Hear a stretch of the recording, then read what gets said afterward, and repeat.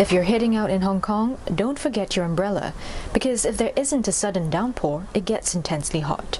For those who work in the outdoor environment, they are consistently exposed to very high outdoor temperature, and that would lead to severe dehydration to them if they could not replenish their fluids adequately, and that could lead to heat-related signs and symptoms like heat cramps, heat exhaustion, or even heat stroke.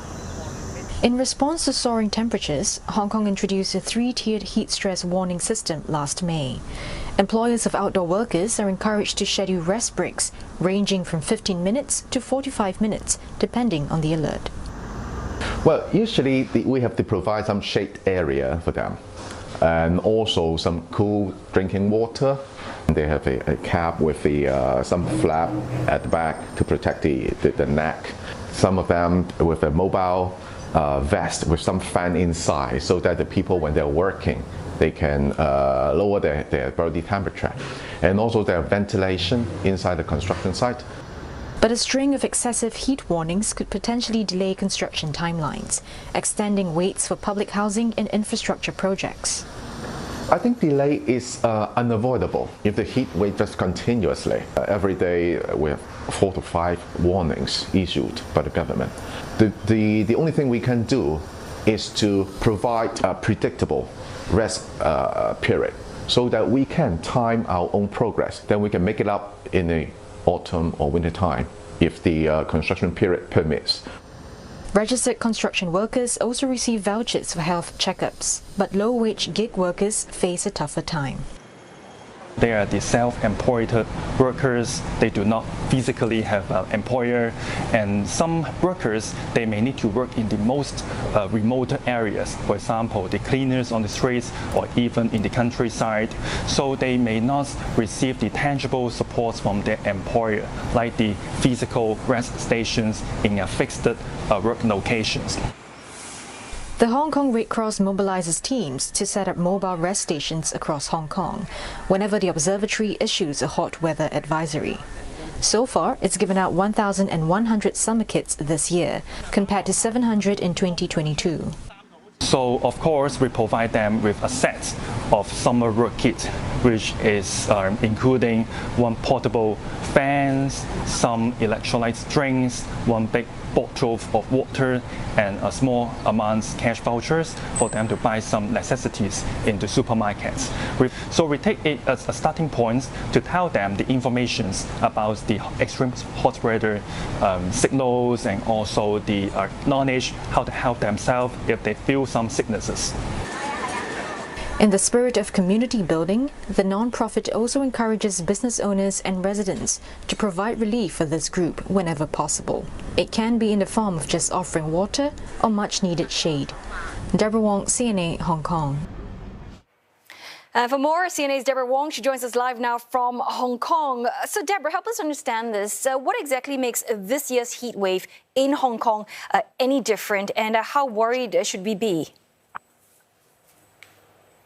Well, when the temperature reaches 33 degrees Celsius and above, the Hong Kong Observatory will issue a very hot weather warning. And the data is concerning because the number of heat warnings issued by the Hong Kong Observatory, or what we call the HKO, that has gone up over the last decade. So in 2013, there were 12 alerts, while in 2023, there were 42 alerts. And in just this month alone, almost every single day, we're receiving an alert on our phone warning us about the very hot weather.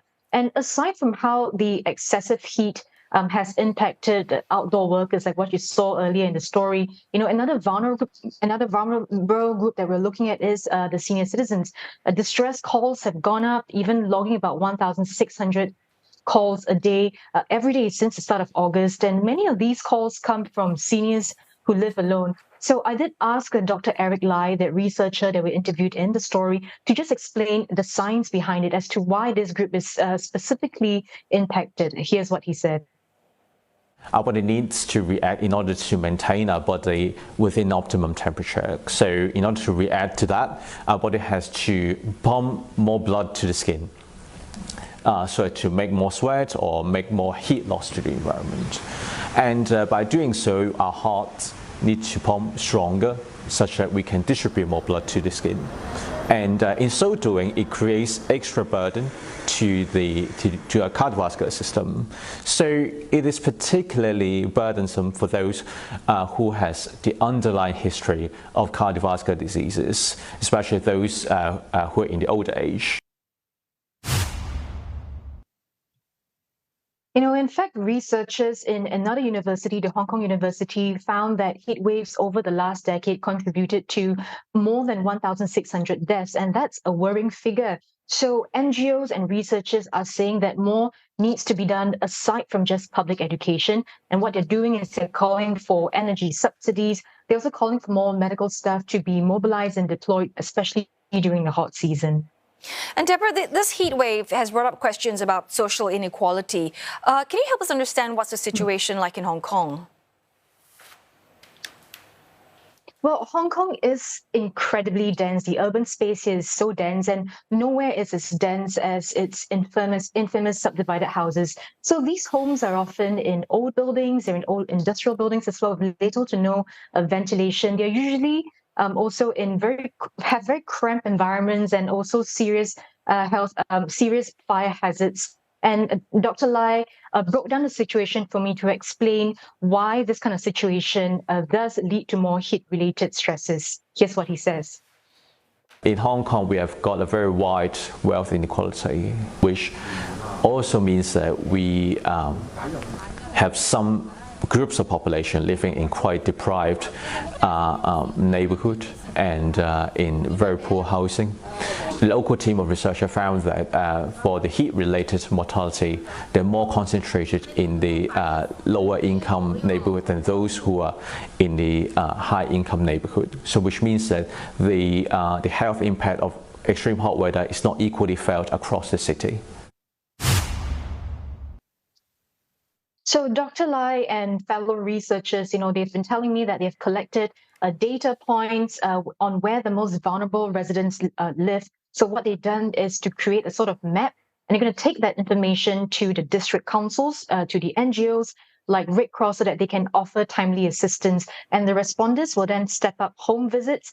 So aside from just informing these residents about what they can do to prevent heat stroke, they're also going into these houses to do up some home modifications to improve the ventilation, and in some cases even providing them with some sort of cooling system. But at the end of the day, all these efforts are largely driven by the NGOs. So these people are saying that there is still a need for government-led initiatives or subsidies even, especially as Hong Kong gets hotter. Back to you. All right. Well, you stay cool, Deborah. Thanks for that report. Deborah Wong speaking to us from Hong Kong.